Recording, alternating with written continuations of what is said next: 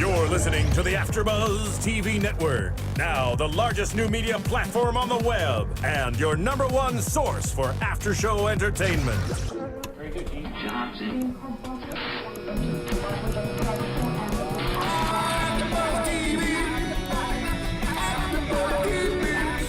The AfterBuzz Studios in Los Angeles, California. Presented by Maria Menounos and streaming live thanks to Akamai Technologies. This is AfterBuzz TV's The Biggest Loser After Show. We'll break down tonight's episode and get you all the latest news and gossip. And now, another post-game wrap-up show for your favorite TV show. It's AfterBuzz TV's The Biggest Loser After I love this song. Marisa, are you dancing in there? I am, actually. Okay, good. You know me so well. I do know you so well. I can't see you, but I know that you're dancing in there. Welcome, everybody. This is Season 15, Episode 5 of The Biggest Loser. I'm your host today, Lauren Mendoza, and joining me in the control booth is... Hello, everyone. I'm Marisa Serafini. Marisa, this was such a good episode. I am so excited to talk about it today, so we'll just kind of get right into it, and you'll find out why as we get towards the end. I'm excited. Why I'm so excited. Those of you that tuned in with us last week, you probably already know exactly why I'm so excited about this episode. So we start off the red team. The red team's super sad, as I was last week, to have lost Ruben Studdard. Okay, so he went home. There's a red line in these, in the competition at this point, and so the person with the lowest amount of weight loss loses, and they go home, and that's what we saw with Ruben. I was so sad to see him go. So that's kind of where this episode picks up. The red team is sitting there just, really kind of taking all of that in, really upset and sad. But they also mentioned, that Ruben, he was really committed to this weight loss journey. So I think if there's anybody in this team at this point that will go home and stick to his commitment and stick it out, they really feel like he is the one. So to kind of build the morale for the red team, Delvette, one of our favorite trainers, I guess they're all our favorite trainers, but the charming, gorgeous Delvette takes his team and really wants to lift their spirits because I think it's like the second week in a row they've lost. Tanya's kind of really been down. She hasn't been pulling big numbers, so he really wants to kind of motivate them again. He takes them to, and I don't know if you've ever heard about this, Marisa, but this was brand new to me. He takes them to Beat Cancer Boot Camp.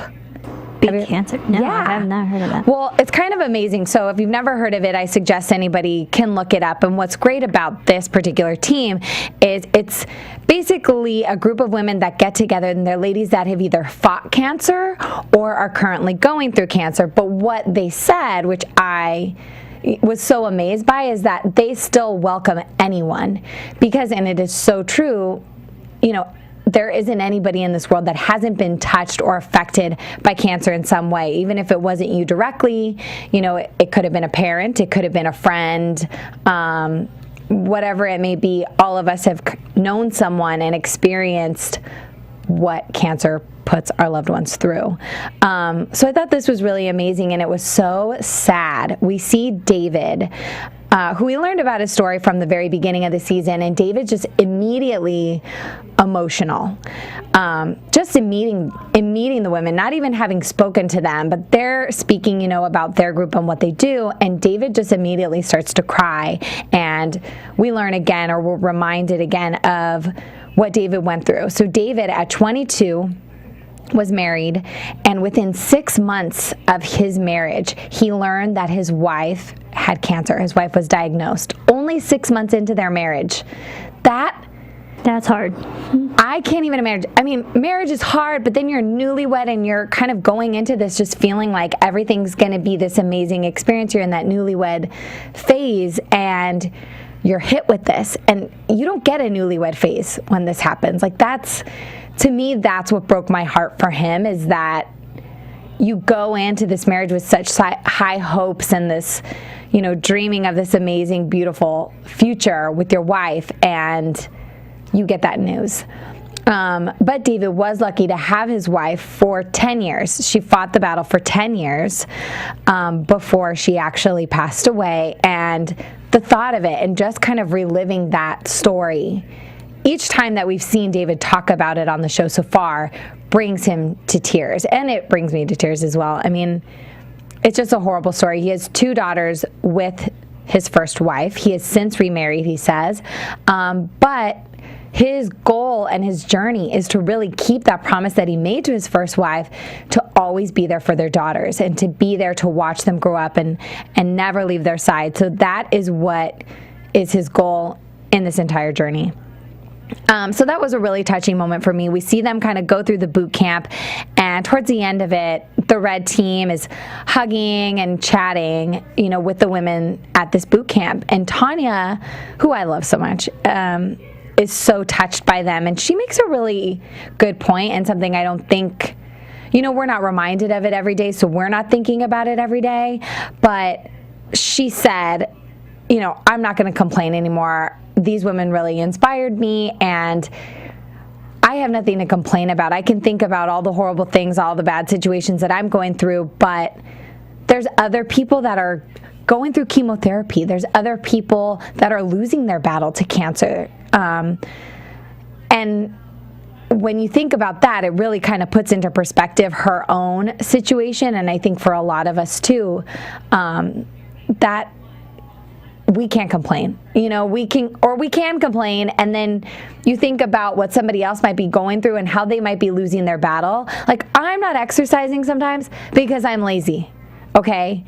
There are other people that are not exercising because they physically can't, because maybe they've lost a limb. In this situation, people that have gone through cancer or are going through cancer that are so sick, they physically cannot get up to do their exercise. And I think if you can remind yourself about that, I mean, I have no excuse, and I have no complaints. I can't lay in bed and say that I'm so tired, or it's a late night after work and I really don't want to work out. I really just kind of want to veg. Whenever you see yourself in that situation, it's good to kind of put it into perspective and realize, like, you should be exercising, not just because it's good for you, not just because you want to live longer, but because you can. You are so lucky to have that capability and to not be struggling through some of the situations that so many other people are. And I think, we tend to forget about that. And Tanya really had a moment after meeting these women and just kind of realizing that.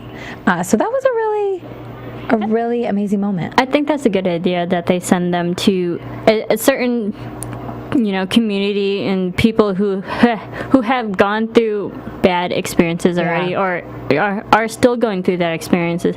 And it's nice to have them be forced to look at the world in different eyes and have that different perspective, because unfortunately there are things that are worse than not being able to work out. And so just having that new realization that you have the capability, you have the ability to move, it's self-motivation. It's another tool to just help you better yourself, because you can. Yeah, no, I completely agree. I mean, in this journey, they are so focused on their own life story. They're really reflecting on why they are there, what got them to this point in, what put on all this weight to begin with, where did they go wrong and what do they need to fix? And they're so focused on themselves. So I kind of love that Dolvette did this, because it really kind of takes them out of themselves, and they can put it into perspective and realize how lucky they are, not only to be given this opportunity, but to have the physical ability to be there and to be going through it when other people can't. So, and I think it's also the people that they're being surrounded by, because it seems like the people who are going through cancer and all that, it seems like they won't have any judgment about people who are trying to get healthy. They know what that's like, to try to just make yourself feel better. Yeah, no, definitely. So after we see that kind of uplifting moment with the red team, we go actually into our first challenge, or our challenge of this particular episode. in this challenge, it's a cooking challenge, which is exciting. We haven't seen this yet. Sam Cass, and I believe I'm saying his name right. I could be saying it wrong. Sam Cass. So he is actually the chef to President Obama, and I believe he actually heads Michelle Obama's like healthy eating campaigns as well. He comes in to be one of the judges of the challenge, and not only is it him, but we get to see our favorite 3 child ambassadors that are from season 14 come in and help to judge as well. So we bring back Sunny, Bingo, and Lindsay, and it's so exciting. They are going to be there to help judge. And what the challenge is the contestants basically are given a wall of fruits and vegetables, proteins, and some grains. They're given 30 minutes to not only pick their ingredients, but to cook a meal together as a team. At the end of that 30 minutes, they will then serve their food, their dishes to the 3 child ambassadors. We'll get their opinions. And then Sam will take in the opinions and kind of the composition of the meal before awarding a winner. And the cool thing for the winners is the team, everybody on the team will win a year's worth of produce for their family, which amounts to over $5,000 worth of produce. It's so amazing, and you know that's what? Good. And healthy food's expensive. So, and if you win that's helps your budget. And you know what? I mean, it helps them in so many ways. One, the people that are there. I mean, a lot of these men, they are the sole provider to their households. And if they're not the sole provider, they're at least part of the income, and they're not working right now. They're not making that money. So, they're losing a little bit of money this year. And not only that, they have families. Craig, he has a brand new baby. Hap, I don't even know how many kids he has. David, he's got, I don't know how many daughters.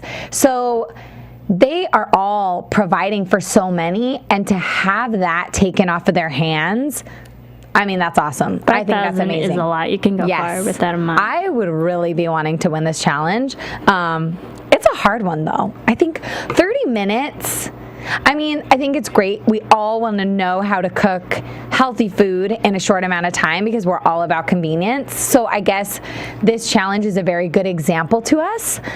But it's not easy, and I think if I were in their shoes, just putting myself there for a minute, if I were in their shoes and had to make some kind of meal in 30 minutes and was being judged on it, I don't know, I would be so stressed out because I'd want to make it so good because I would want to win so bad, but I'd only have 30 minutes. And was it just fruits or fruits and vegetables? No, and they had some lean protein, so they did have their meats. They had cheese. They also had some grain options. They didn't have a ton of grain options, or if they did, the contestants really didn't utilize them, I didn't think. So basically, we see them kick off. Toomey right away from the white team sprints, which I kind of loved, where you see the blue team was kind of taking their time. They were just kind of moseying on down, but the white team definitely had a strategy going into this, which I thought was great. And it was making me very hungry. I was starving after watching this, and it all actually looked It all sounds good right now, and they haven't even cooked it yet. Well, let me tell you. So the red team, I thought this was genius and amazing, and after hearing what they were making, I thought they would win automatically. The red team is making a tapas around the world. Sounds so good. Plus dessert. They were the only team that actually was making a dessert. Their dessert was Greek yogurt with fruit. I was going to say yogurt with fruit. That's probably the easiest thing you can make with fruit in 30 minutes. Yes, it is the easiest thing you can make, but Marisa, come on. When you have dessert, what do you have? Chocolate. Chocolate. I know, right? Me too. Or I have ice cream. For me, if I had to kind of compromise, because Greek yogurt to me and fruit, that just does not sound like a dessert. That sounds like a good breakfast to me, or a snack of some sort. Yeah. Maybe if it was frozen yogurt, is that so bad? I like frozen yogurt. Or smoothie. A smoothie. I like that. A smoothie, I think, to me is a little bit more like a dessert. Yeah. So they do a tapas around the world. And then the blue team is doing a like meat and cheese veggie quesadilla, very similar to the white team. So the blue team, Holly is really being strategic and chopping up these vegetables really fine, like really small little pieces.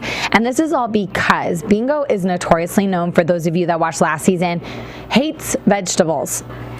And I'm almost very curious as to how he has maintained his weight loss and continued on his journey hating vegetables. Like, how do you eat healthy if you hate vegetables? Right? I'm sure there are other alternatives. There is, but you need to have your vegetables. Yeah.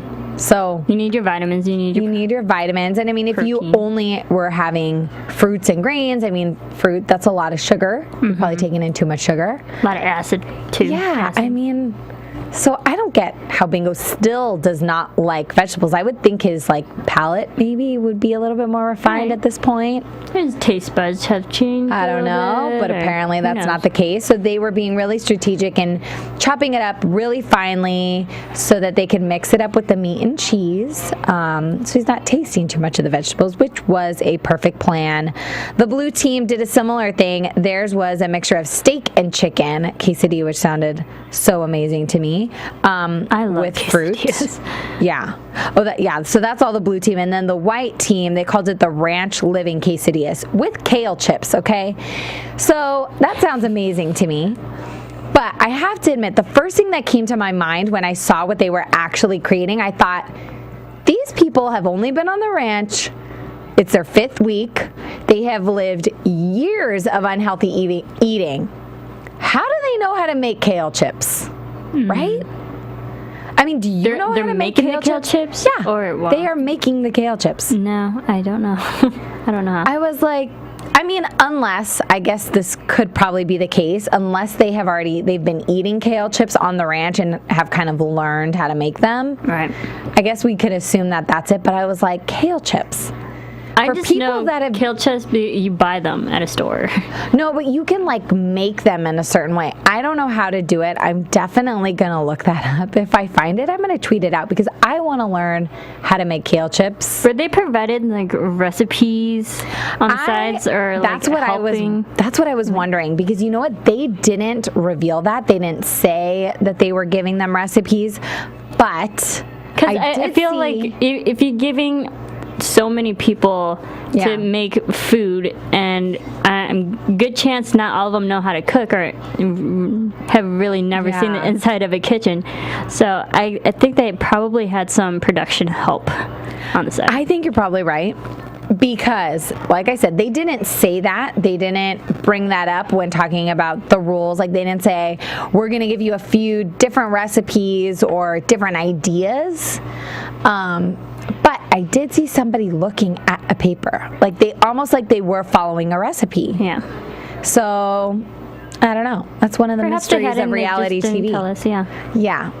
I'm thinking they had to have, because I don't know. I think kale chips are really easy from what I've heard, but I have no clue how to make them.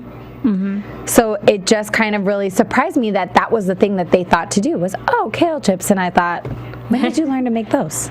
How did you, I don't know. How did you get the idea to make those? Yeah, exactly. Like, I was very surprised.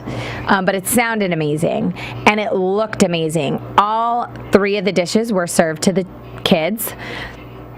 And it looks so good. Cheese with meat, and they chopped up bell peppers. The blue team, I think, put in, I don't really remember, not bell peppers, but they put in onions and squash, I believe, which I would never think to put squash in a quesadilla for some reason.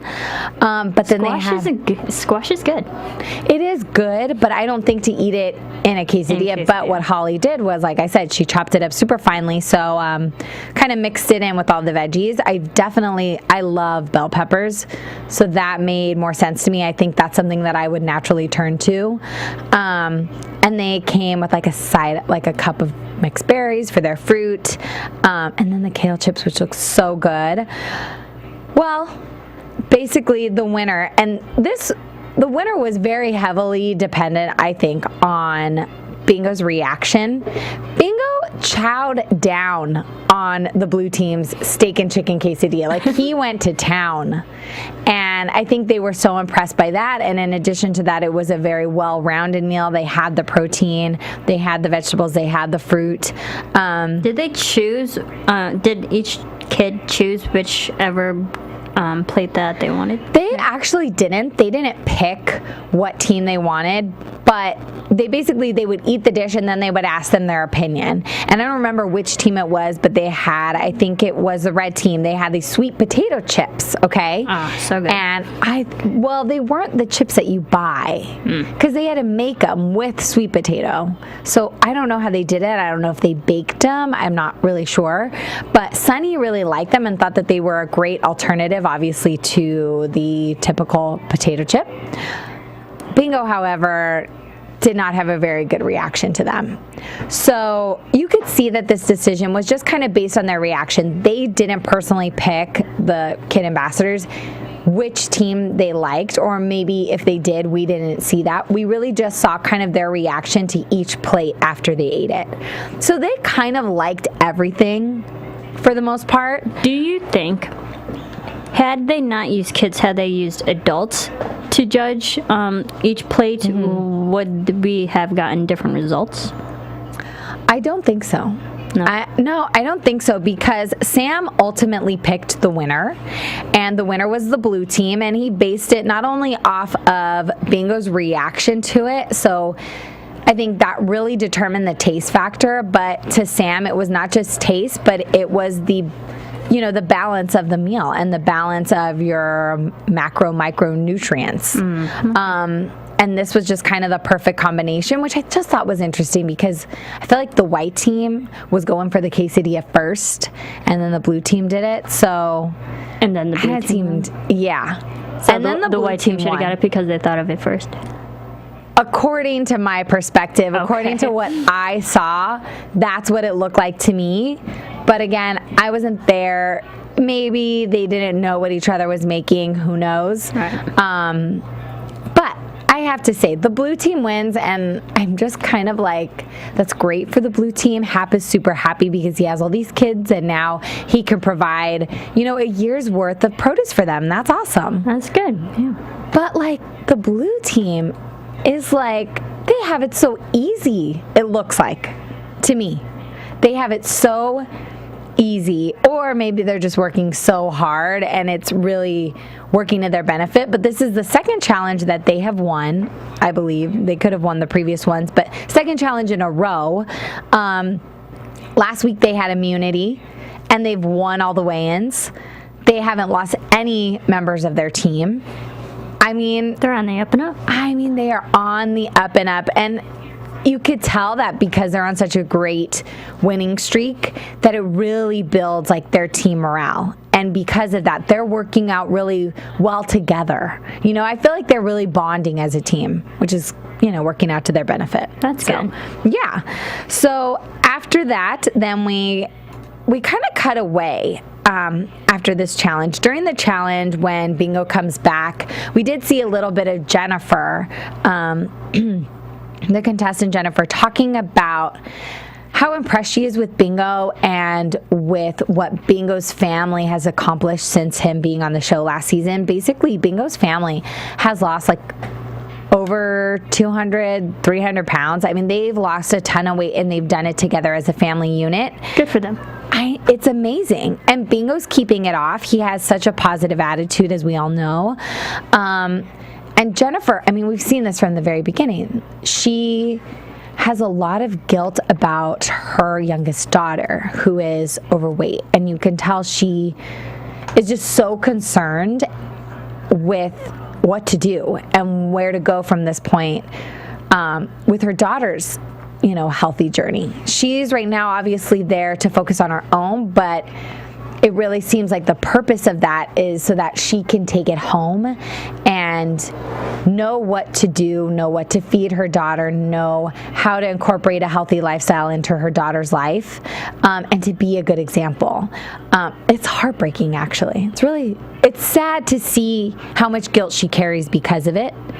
And yeah, I can see why she might feel guilty, because right now she's focusing on herself, right, and she doesn't have the time to help her daughter right now. But if she takes all the qualities and principles and all the lessons that she's learning herself while she's going through this, and then applies it to her daughter, then she can help her daughter. Maybe not right now, but definitely in the future.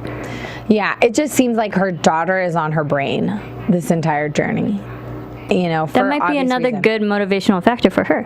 Oh, I think 100%. I think it is part of what is pushing her through this competition and motivating her along the way. I just think she is constantly thinking about her. So it's really great that we get this moment between Jennifer, Bingo, and his mom, Michelle. They sit down, and Jennifer just really openly discusses kind of her concern for her daughter and the issue that's at hand with her. And Michelle could not be more compassionate and understanding about the situation. She just totally gets it. And she is very honest with Jennifer. She tells her, I know it's not easy, and it's not going to be easy, but I think it's something obviously the whole family has to work at. And then there's cute Bingo giving his 2 cents, and he's totally right. And he suggests to Jennifer that the first step is obviously removing the junk food out of the house. If it's not there, they can't eat it. And I think that is something anybody can implement now. Even if it's hard, even if your family throws a fit, you physically can go into your cupboards, remove the junk food, and just create a healthier environment for your family. I know it's hard. Yeah, but you can do it. As heartbreaking as it is, it's really mind over matter. I know. That's 100%. That's exactly what it is. So basically, that's Bingo's 2 cents, and I really love that. And then, there's Michelle from the mother side who says this, and this is probably what everybody feels. And she says, you look at your kids with love, so you tend not to see what you're doing with them. And I'm not a mom, but I can only imagine that is 100% true. And even if you do see, like Jennifer, obviously she sees her daughter is overweight, and she recognizes that part of, she blames herself for part of it. She is responsible for that. She's the one that feeds her daughter. The same thing with Tanya. Tanya talks about when she was pregnant with her daughter, how much she gained 160 pounds in her pregnancy. Oh. And because of that, her daughter will always be at risk for type 2 diabetes. So these parents, they see what they've done to their kids. They look at their kids with loving eyes, but it is very clear to them what they are doing. So I think there's two sides. I think there's some people that don't see what they're doing to their children because they just love them so much. Or there's the people that do see what they're doing, and maybe they're just in denial, or they're at a place where they don't really know how to change it. How to change their family's eating habits, or how to confront, your daughter or your son about their issue, because they're young and you're going to hurt them. If you say the wrong thing about their weight, you're going to hurt them. Yeah, and they're going to blame you because you're the one that's feeding them. Or they're going to be defensive, and that's part of being young and not really having that maturity level to kind of take matters into their own hands. Maybe that's why I love Bingo so much, because for some reason, this kid, he is able to look at this journey with such positive eyes and, with such a positive outlook on himself. It's like he's so much more mature than I think most kids his age. And do you think because of that is the reason why they brought him back this season? Well, I think they brought them back for a number of reasons. One, they are the only children ambassadors that we've had on The Biggest Loser ever. Mm-hmm. So I think they bring them back to kind of continue that example, and so that we get to, see where they are at. And it's nice to have a kid's perspective on this whole journey. Exactly. See, that's part of why I think they bring them back too, because in this particular challenge, the kids were tasting it. And I think for adults, that's a lot of the struggle, is that a lot of people are parents. Mm-hmm. They don't have time to exercise. If your kids will eat it, then you as the adults should eat it. Exactly. And I think they're trying to prove a point. The show is trying to prove a point. Like, look, you can make this healthy foods and your kids will love it. So there is a way to incorporate healthy foods into your lifestyle. So and plus, kids being on the show, it can give the kids now that aren't on the show who struggle with that. I mean, they're role models. Yeah, exactly. That's why I think they are on the show and being brought back in and out throughout this season for that very reason, for so many reasons. I think they're there to prove to parents that kids can be healthy and they can enjoy it, and to show what kids enjoy and what foods they like. And then in addition to that, I think it's to reach out to the younger audience and to show, they did it, you can do it too. So it's a really great moment that Jennifer kind of gets to meet with them. I think it meant a lot to her. And Bingo's like the perfect kid to do this with. Right after this moment, I think we cut to and we see like Bingo doing his little interstitial and promo kind of thing, where one of his tips is that when you take your kids to the grocery store, that you have them pick out the fruits and vegetables, because if they pick it out, chances are more likely that they will actually eat them. And I think that's a great tip. And you know what? It gets them involved in the whole grocery experience. I always told my mom when we went grocery shopping, I'm like, get this type of fruit, get this type of vegetable. Yeah, and it gets them kind of interactive, like in that grocery experience, because otherwise, like, they're bored or they're complaining or they're picking out junk food or whatever. Give them a task, and like, you'll get in and out of the grocery, I think, a lot quicker. Yeah, I think it's helpful, right? Yeah. After this challenge, so the blue team wins, then we see the white team, and Jillian has taken her team to the pool. Now we saw a little tease of this at the end of last episode, and we see Craig just saying, no, I won't do it, which is so funny because on the scale of last episode, he is basically professing his love for Jillian and how thankful he is for her, and says that he will do anything she asks. But yet we see him telling her, Jillian, I will not do this. Turns out there in the pool, Jillian's trying to get them to freestyle, and Craig is like, he will not do this because he doesn't know how to swim. So it kind of makes sense. But he's scared. So this is part of the process. And of course, if anybody has a fear, there's no one better than to make you, without a choice, face your fear than Jillian Michaels. So she hops in the pool with him in her clothes, of course. And really, I know, she's just amazing. I know. I love her so much. I can't even tell you. I want her to come. I want her to come here. I want her to talk. Awesome. It would be awesome. I want her to come on the show. I want to meet her. I want to talk to her. I want to pick her brain. We can all agree to do 5Ks and stuff with her. See, I won't agree to that, but if she was here and she made me, I would totally agree to that. I would do it. Of course, you can't say no to Jillian Michaels. You just cannot. No. Ever. I love her so much. Anyways, I know. So she gets in the pool and she basically guides Craig through swimming. He's swimming like a champ, and he accomplishes his fear and he meets a goal. And I think when anybody accomplishes a goal or beats their fear, you're just 10 times more motivated and feel like you can do anything. And that's what we see happening with Craig, and he's just so much more positive about his journey. He's reminiscing on why he's there, what he experienced losing his father when he was only 10 years old, and realizing that he is now there so that he can be a better father to his daughters and that he can live longer than his father did, because that was his big fear too, was that his father died in his 30s. Craig's only 2 years away from that age. So his goal is, his fear is reaching that age and thinking that he might die at the same age that his father did. So, he's realizing that he's making these positive changes and that he never needs to go back again.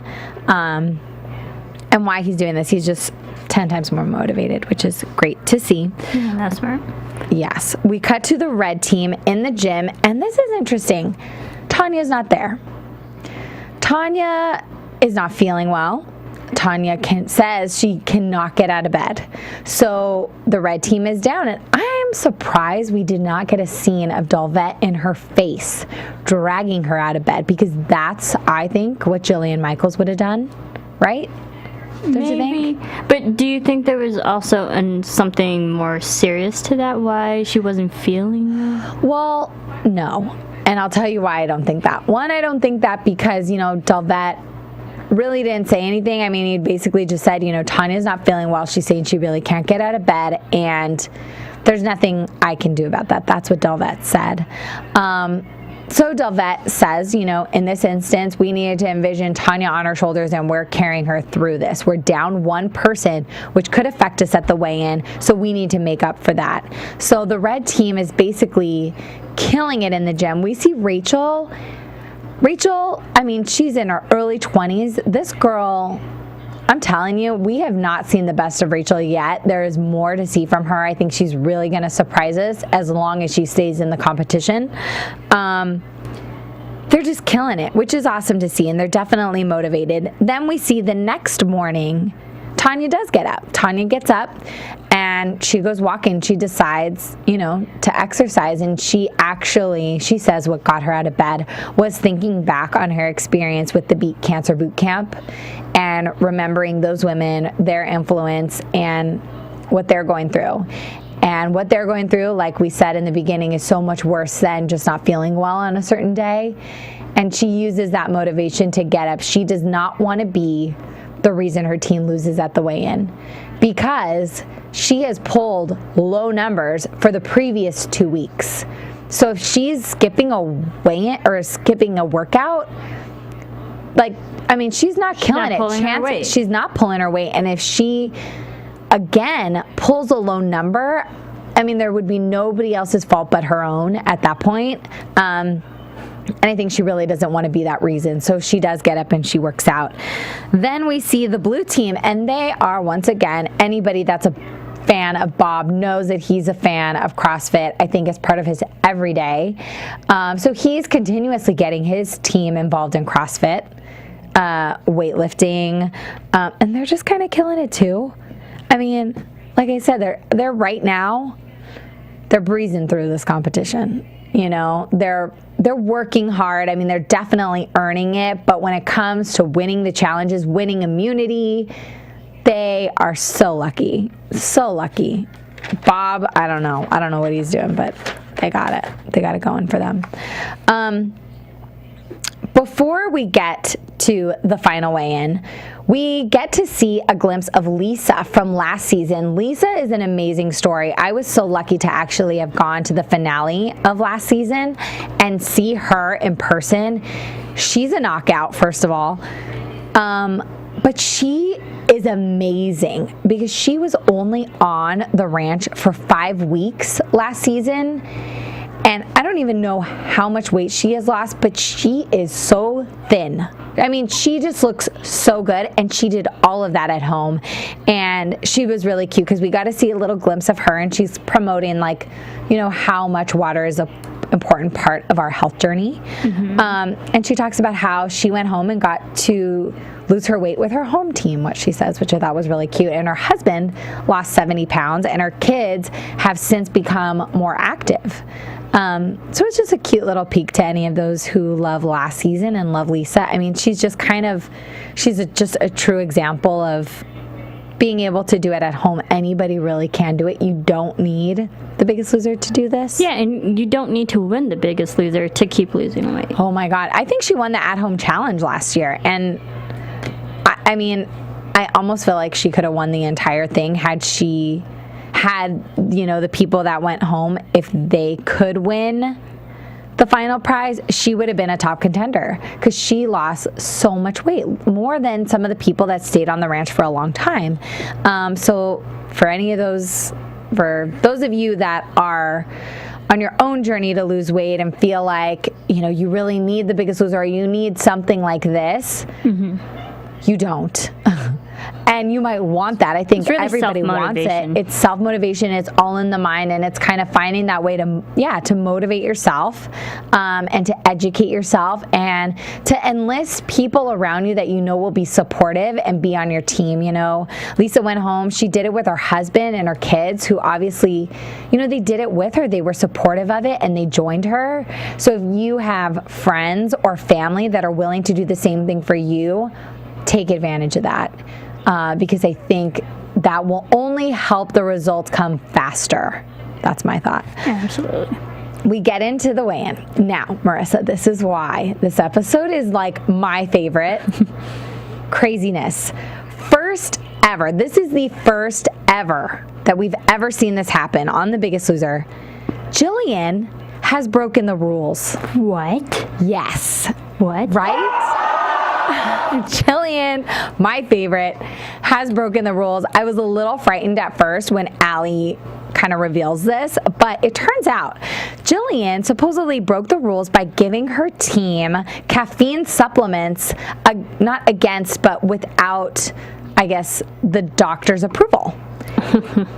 And to me, I'm thinking, well, if Jillian's giving her contestants caffeine supplements, to me, I would imagine she's been doing this for I don't know how many seasons at this point. She's had to have done this before. I know. I was just thinking the same thing. If she's doing it now. Yeah, it's caffeine supplements. I would imagine she would have done this a long time ago. Yeah. So I don't know if it's because she didn't consult the doctor before doing it this particular season that it was against the rules. Because how did they find out about it? I don't know. They didn't say. But there's no way that how did she not know about this rule? That's what she's been doing this for so long. How does she not know? Either way, it doesn't matter. But what I loved was what Jillian said.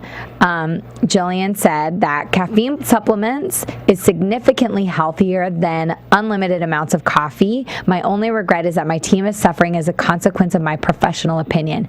Because as a result of this, her team will have a 4-pound disadvantage. This is why it's my favorite episode. Mm-hmm. It also means that the last weigh-in is invalid. Therefore, they are bringing back Ruben Studdard. I mean, that's awesome. It is so awesome. I was so excited. I love Ruben, and he's such a great personality to the show. He was on Jillian's team, right? He was on the red team. Okay. He's on the red team. So, I was shocked that Jillian somehow broke the rules, but regardless, I'm excited that last week's weigh-in was invalid and it brings back Ruben for another chance. Unfortunately, Jillian, she's already lost a team. They've already lost somebody from the white team, and having that 4-pound disadvantage, to me, I'm thinking, yeah, there's a strong chance that they're going to lose this weigh-in and lose another team member, but it's a game. So we go right into it, and because last week's weigh-in was invalid, the rules still apply from last week, so the blue team has immunity. Again. Loopholes. I know. But the blue team, even if they didn't have immunity, they would not have gone home tonight. They pulled astounding numbers. Bobby lost 19 pounds. Holly lost 19 pounds. Hap lost 15 pounds. Chelsea lost 13 pounds. And Matt, 21 pounds. And because last week was invalid, this is over a 2-week period. 21 pounds in 2 weeks, 19 pounds in 2 weeks. That is a lot. That's amazing. So they lost a total of 87 pounds at 5.7%. Then we go into the white and the red team, which these are the two that are at this point going head to head. Craig gets up there. He loses 14 pounds. 14 pounds in 2 weeks, 7 pounds each. That's okay. That's not a bad number.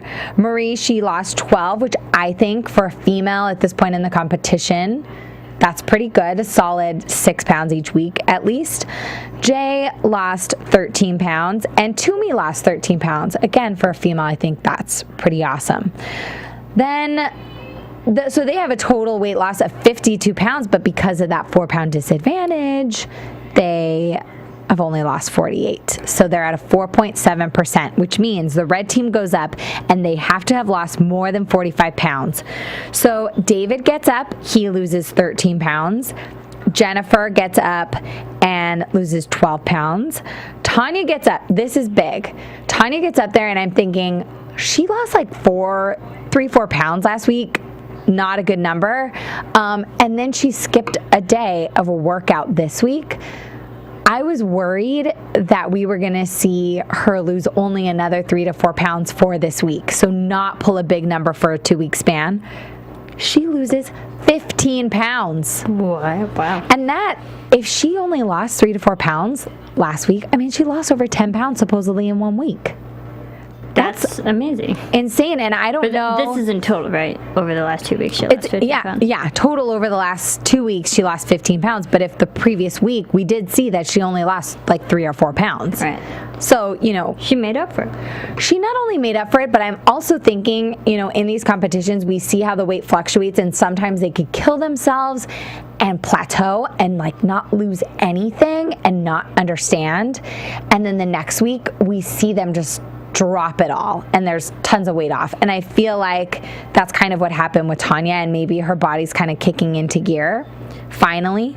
So that's super exciting for her. She was just, everybody was excited. Delvette Maybe included. her body needed that day of rest to kick in the metabolism and have that all go.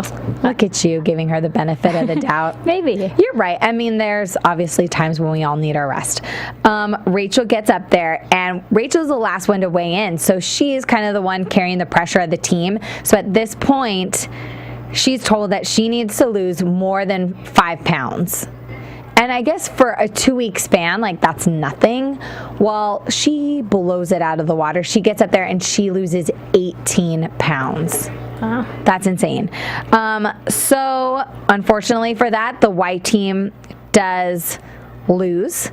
And the person that falls below the red line is the one to go home. They don't have a vote yet. I don't know if we're ever going to incorporate that. So sad to see Craig goes home this week. But, it was kind of a little bit like a death, a little bit like a funeral, unfortunately. I mean, he was so cute and so positive about it, but he basically told his team, don't feel bad for me. This is just the beginning.